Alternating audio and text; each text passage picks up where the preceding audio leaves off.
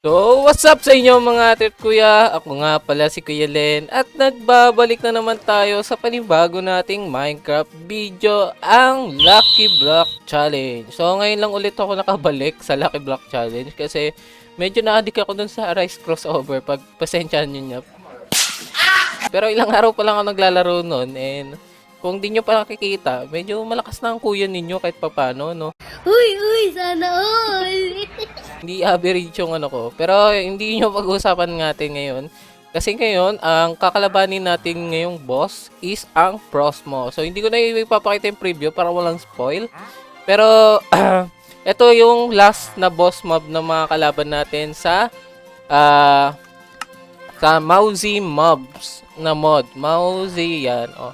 So, yung Prosmo is yung last. Siya yung pinaka-last na boss na pwede natin kalabanin. Yung iba kasing mobs dito, hindi sila boss. Ano lang sila? Parang mga normal mobs lang sila. So, yun.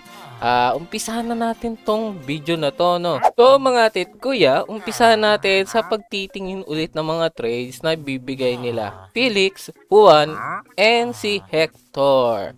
Then, umpisahan natin dito. Makita nyo, dalawa ulit ang chest ni Felix, which is meron na naman siyang trade for emeralds. So, ito yung mga huli nating trade sa kanila para sa mga Mauzi mobs na boss.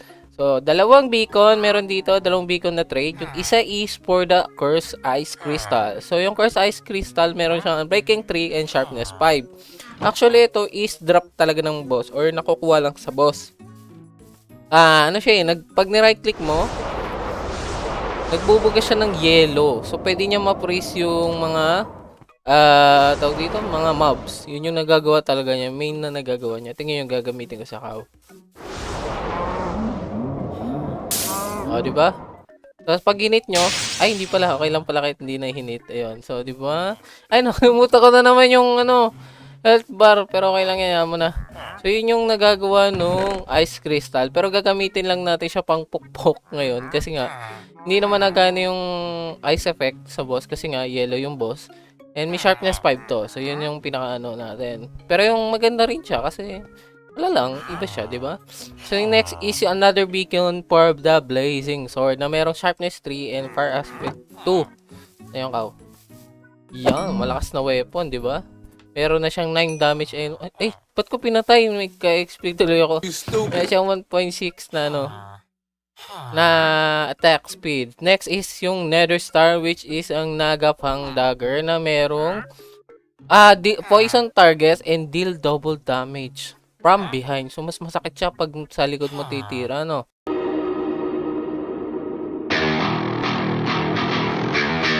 Then, may Sharpness 3 and Unbreaking 3. Wala nga lang siyang Power Aspect. Yun lang yung pinagkaiba niya. And for Dragon Egg is ang Yeti Slayer na merong Sharpness 2 and Power Aspect 2. Next naman ay ang mga trade for emeralds, yung mga armor, which is the Glacial Armor Set na merong bakit ako protection 3 yan? So, nagkamali ako dito. Hindi yan. Protection 2 lang dapat yan. So, protection 2 na mga enchant glacial armor. Then, diamond for stick and diamond for emerald. 1:1. Then, 5 emerald for anvil. So, nilagyan ko na ng anvil kasi bihira lang mag-drop yung anvil eh. Maganda pang pang enchant if ever may XP. Next is yung mga emerald trade. So, makikita nyo dito, binalik ko yung mga mask. Yun yung una nyo mapapansin. And nilagay ko yung nakaraang beacon na trade, which is yung Soul Visage for 10 emeralds. And lahat ng mask is tig 3 emeralds na lang. Medyo mura na sila. Kasi last boss na to. Then yung trade natin for TNT, Portal Frame, tapos Pumpkin, then Portal is ganun pa rin. Nakikita nyo naman. Parehas pa rin sila mga trade. 8 diamond, 8 TNT for 3 emerald, 1:1, 8-3, 8-3, and 3-1. So ganun pa rin. May mga limit yan mga tit kuya, kaya okay lang. Hindi sila magiging overpowered sa trade. So next is si Juan. And ganun pa rin ang trade ni Juan, no? 4 emerald for golden apple, 10 emerald for enchanted golden apple, 2 emerald for golden carrot, 3 emerald for potion of regeneration. Next is si Hector the Lucky Wanderer. So, pinalitan ko na yung pangalan niya. Ginawa na natin siyang Lucky Wanderer kasi ang binibenta niya is Lucky Blocks. So, ganun pa rin yung mga trade niya. 3 emerald for lucky block, 3 diamond for lucky block, 10 gold for lucky block, and 10 iron for lucky block. So, mga basic lucky block yan. Sa next na ano natin mga titkuya, medyo mahirap na boss na yung kakalabanin natin. Kaya gagamit tayo ng bagong lucky block. So, makikita nyo yun sa susunod na episode. Medyo maano kayo doon. Kasi yung mga boss na yun is mas mahirap and merong mechanic din sila. So, makikita nyo yun. Abangan nyo yan mga ate kuya. Tsaka, kaya make sure na naka-like and subscribe kayo. Tapos, pinutin nyo na rin yung notification bell para lagi kayo updated. No? Libre lang yan mga ate kuya. Pwede kayo mag-subscribe anytime. Anytime na gusto nyo. So, yun lang. So, umpisa na natin tong Lucky Block Challenge mga ate kuya. Meron tayong Iron Pickaxe na may efficiency 5. Nilagyan ko na kasi ang bagal mag-ano ng walang ano. Then, meron tayong Lucky Block na 10 piraso, 5 Berry Lucky Block, and 5 Berry Unlucky Block, and 10 Apple. So, umpisa na natin. Unahin muna natin sa Berry Lucky Block. Dito tayo, malaylayo, para in case na may mga mobs na mag-spawn, hindi mamamatay yung mga trade villagers natin. Okay? Next. Uy! Spawn egg! Binigyan tayo ng drown, pillager, silverfish, and wolf. So, pwede natin patayin yan if ever kailangan natin ng EXP. Next. Uy! Diamond. Binigyan kagad tayo ng diamond. Uy, munti ka pa masunog. Diamond. No, binigyan ulit kagad tayo. 3. Meron pa tayong 3. Uy, baboy dyan. Ano mo dyan? Tapos, meron pa tayo. Uy! Swerte natin. Nakuha tayo ng tower which is merong 4 na lucky block. Naswertein tayo sa 4 na to. Ang dami nitong chance. Okay? Uy! Grabe. Uy! Nangabol ako. Huwag mo kabulin. Ala ka. Ala, madami patuloy sila. Ay, pwede pala siya patayin for EXP. Okay, ang dami kong EXP nga kukuha sa kanila mga tit kuya. Tingnan nyo naman oh. Nakaka 4 EXP na ako pag nakakuha ko ng enchant dito. Enchanting table. Nako. Nakapag-enchant ako. Sakaling di ko mabili yung ano yung, yung mga enchanted armor. So next. Uy! Lucky bow. Hindi pala maganda yan. Akala ko maganda. Cake? Okay, cake? Wala. Normal cake lang. Next is another lucky bow. Okay. Yung masama, okay. At least may magagamit tayo kahit papaano. Kahit medyo delikado yun. So, bukas na tayo ng Lex Lucky Block. Which is, horses. Ito ibang kabayo. Next. Uy, eto, may trade tayo dito for TNT and power drills. So, hindi na natin kailangan yung iba. Kaso kulang tayo ng ng TNT. Ang nakuha lang natin is 6. Yeah. May TNT pa ba dyan? Wala na eh. Wala. Kulang tayo. Kulang tayo ng TNT. So, magbukas na tayo ng normal lucky blocks. Oops. Wooden. Hindi maganda. Fish. Okay. Pagkain. May mga luto ata dito. Meron ba? Ay, puro raw pala to. Akala ko may luto dito. Wala pa lang luto dito. Okay. Tapon na natin. Uy! Ender pearls. Magagamit natin yan mga tit kuya. In case kailangan natin makalayo. Okay. Eye of ender. Meron din pala nun. Okay. Gold. Di masama. Meron na lang tayong 6 na piraso mga tit kuya. Ito. Sinwerte ako last time dito ha. Feeling ko society ulit ako, ha? 3, 2, 1.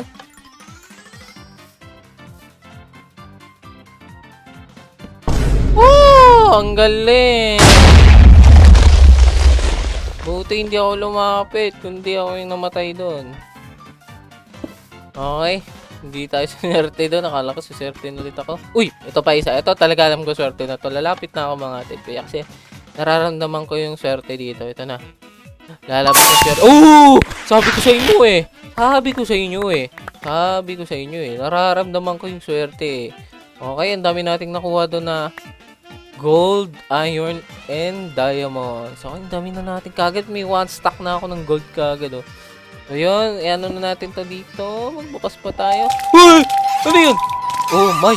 Mga tawag dito? Guardian. Biglang naggabi.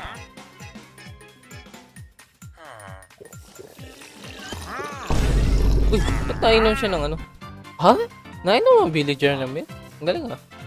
Ang daming guardian doon so hindi na tayo pwede doon. Boss tayo dito. Uy, another gold.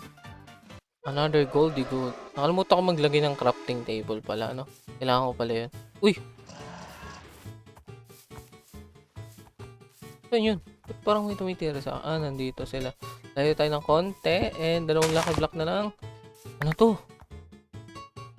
Hero potion! Oh my, nakakuha tayo ng maganda. Ang gagamit natin tong hero potion. Last lucky block. Please, please. Uy! Bookshelves! Okay, ito lang ang sinasabi ko eh. Bookshelf. Kailangan ko na lang ay, ano, kailangan ko na lang ng enchanted table. Yun, enchanted table. Tapos, ang gawin natin mga atit kuya, i-upgrade natin to gamit yung mga block of gold. Okay, minus 62, minus 44. Dapat isa-isa lang, no? So, meron tayo dito plus 28 and plus 4, tapos minus 26 na isa. Buksan na natin ito mga atit kuya. Baka swertihin pa tayo. Uy, hindi yan swerte. Hindi yan swerte, hindi yan swerte. Bakit ganyan? Ang sakit! Ang sakit. Ano yung may power ba yung bow niya? Ba't ang sakit nun? Uy! Full chainmail. Hindi na masama. Next! Uy! Hero villager. Okay. Puro weapon. Ngayon ako nakakita nito. Nagbibenta ng weapon. Meron tayong 27. Ang pwede natin uy, ano to? Evil potion. Parang maganda yan dun sa ano ha. Iba to dun sa... Ay! Maganda to. 14 lang siya. Tapos yung bow. Ang pangat ng bow. Ito yung pinakamaganda. Hero sword. Pwedeng ito na lang yung bilhin ko, mga titkuya.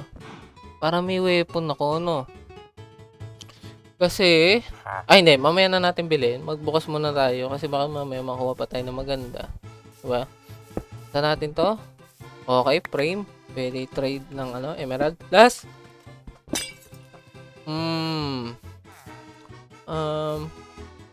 Ano ba maganda dyan?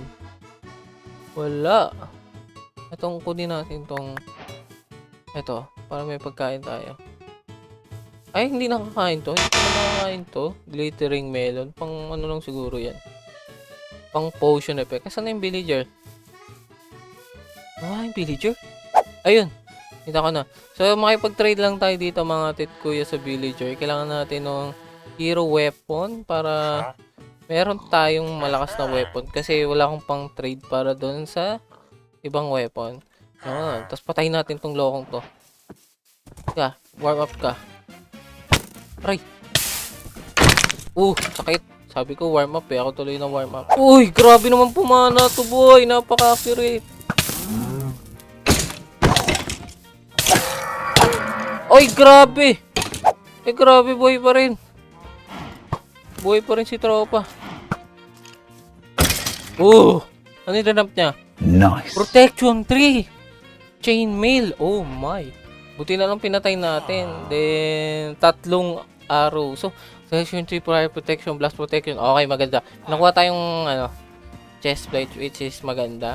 Then, ang gagawin na lang natin mga tet kuya is makipag-trade tayo. Una, meron pa pala akong extra iron para sa 5, 6, 7, 8, 9. Para sa isang lucky block, no? Kuha tayo ng isa. Para may pangbukas tayo. Then, dito, kay Felix, meron tayong 3. Which is 1, 2, 3. Okay. And, TNT, kinulang tayo. Iwan na lang natin dito. And, ano pa ba pwede natin i-trade? 4 na diamond. Ano pwede i-trade sa 4 na diamond? 4 na emerald. Okay. Kailangan ko yung emerald. 1, 2, 3, 4. Okay. 4 na emerald. Tapos, bili tayo ng armor. Kailangan natin ng 8. 8 dito para sa helmet. Then, 11 para sa legging. Okay. Then 6 para sa boots. So sumakto lang tayo. Hindi na natin mabibili yung chest plate kasi kulang tayo sa emerald. Pero meron tayong chainmail, no? Hindi na masama. Then buksan natin tong last lucky block natin, mga ate at kuya. Kung ano man yung makuha natin, mag-like and subscribe kayo para swertehin tayo, okay? Yan na yung last lucky block natin. Ay, ba't ko nilapag? Di ko man lang ginamit to. Oh my, dapat ginamit ko yung mga extra, game, 1, 2, 3. Uy! Ay, kala ko maganda. Slime kasi lang pala. Wala. Yun na yung huli natin lucky block and wala tayong iba nang pwedeng i-trade. Tingnan nga natin. Ano naman? Ito. Isang carrot para sa Then, wala na. Yun na lang mga ate at kuya. At ayusin ko na lang tong mga gamit ko. Then, kakalabanin na natin ang Frostmoth. So, mga ate at kuya, nakikita nyo yung hotbar sa taas. Nag-spawn na po ang Frostmoth na boss na kakalabanin natin. And, nandito siya banda. Makikita nyo. Nandito siya banda natutulog. Ayan. Kita nyo yun? Sino yung malaking yun? Yan po ang Frostmoth. Nakalabanin natin yan ngayon. And let's see kung makakasurvive ba tayo sa kanya. Umpisahan muna natin siguro sa pagbobow sa kanya. Kasi alam ko, tinatablan siya ng bow. Okay, gising siya. Galit na siya. Galit siya. Uy! Na-freeze ako! Na-freeze. Ang sakit niya bumawas, mga ate kuya. Aray. Oh my, namatay ako. Namatay ka agad ako. Ang sakit niya. Tanggalin natin to. Uy, nagbubuga siya ng Ice Blast, parang siyang Ice Dragon.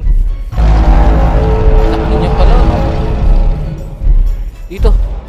Nahabol niya lahat ng baboy. Dito ka. Paano siya nakakalutang siya sa tubig? Galing ha. Ayaw mo inaano niya. Dito ka boy. Ayun ginagamit niya yung crystal mga ate at kuya para mang-freeze. Ayun ang nangyari sa akin. Dalim pala ako. Ang sakit niya. Mukhang kailangan natin gamitin tong hero potion sa kanya mga ate at kuya. Dalawang beses na tayo namamatay sa kanya. Masisira na rin yung chest plate ko kaya hindi ko na pwedeng yung paasa siya pumunta. Layo naman niya.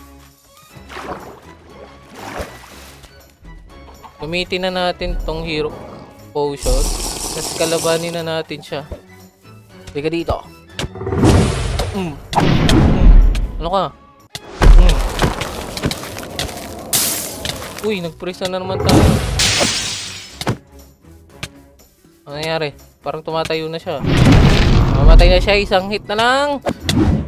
Uy, isa pa. Yun! Namatay na ang ating Frostmoth. So, hindi siya mahirap kapag may hero potion ka. And, nakuha natin yung Ice Crystal. This is yung item na binibenta doon kanina. So, pwede pa natin actually kalabanin yung Frostmoth ng isa pa. Summon ulit natin yung Frostmoth. Then, kasi ang dami ko pang dami ko pang enchants na buff. Summon pa natin yung Frostmoth. Last one more time. Okay mga atit kuya, ito yung Frostmoth. Isasama na ulit natin and kakalabanin na natin ulit. Boom. Sakit ko eh. Wala ka pala.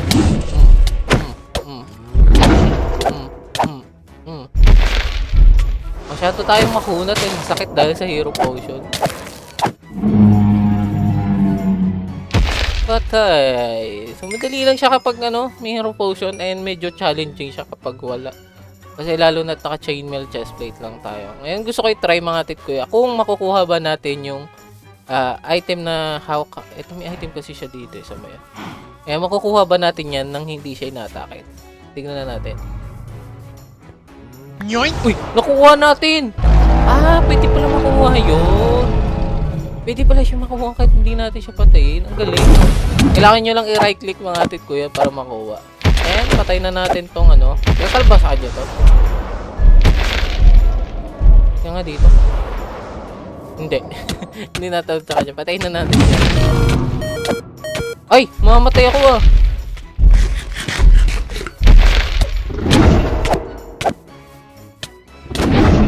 Okay, namatay na ang mga ating kuya. So, yun na mga atit kuya, no? Hindi nyo ako kita kasi may invincibility pa ako na ano eh. 4 minutes pa. Natapos na natin lahat ng boss sa Mousy Mobs. And mag-move on na po tayo sa mas mahirap na bosses. Kasi, ano rin, multiple boss yun eh. Madami sila pero mahirap sila, promise. And mas maganda po ang mga animation nila compared dito sa Mousy Mobs. Talagang ano sila, ginawa sila para sa mas mahirap na experience. And gagamit na tayo ng bagong nakakibaka next episode mga atit kuya dahil kailangan tapatan ng magagandang item or lucky block ng mga boss para maging fair naman kahit paano yung laban. Yung laban ngayon medyo mahirap, medyo madali lang dahil lang do sa Hero Potion. Pero kung wala ko noon, matatagalan ako patayin tong Prosmo. So, I hope nag-enjoy kayo mga atit kuya sa video to at kung nag-enjoy kayo, huwag nyo kakalimutan mag-like and subscribe. And kita-kita tayo sa susunod na episode. Paalam!